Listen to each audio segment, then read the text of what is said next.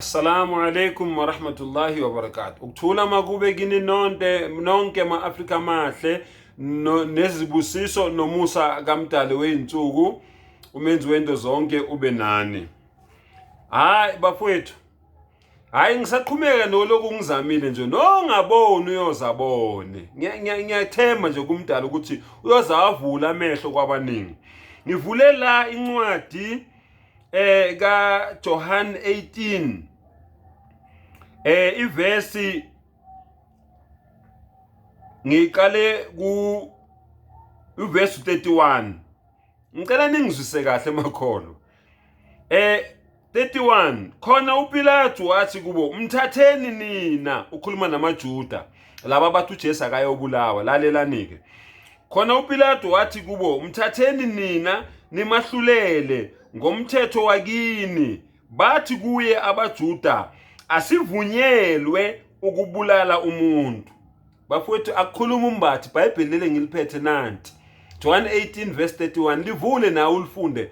Manje kanti njengoba kumanje kuhlongoza ukuthi kuya ku Good Friday nje ukufa kukaJesu, kanti uJesu wabulawa ubani bafowethu? Mabephika abaJuda bethi bona abavunyelwe ukubulala umuntu ngoba amaJuda phela azumthetho. Hayi bafowethu, ake siye ngapha ku Deuteronomy 21 ku verse 22. Alalelani ukuthi ithini bafowethu.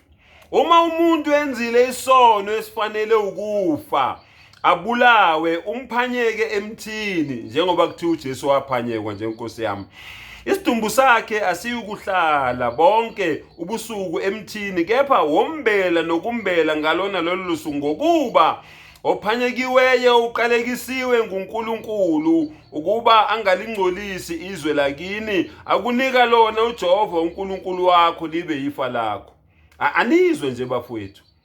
Umbuzo wami obheke kumakholwa njengoba ehlongoza nje uGood Friday, ingabe uJesu watholakala yini enesono sokubulawa njengoba nithi nina wabulawa?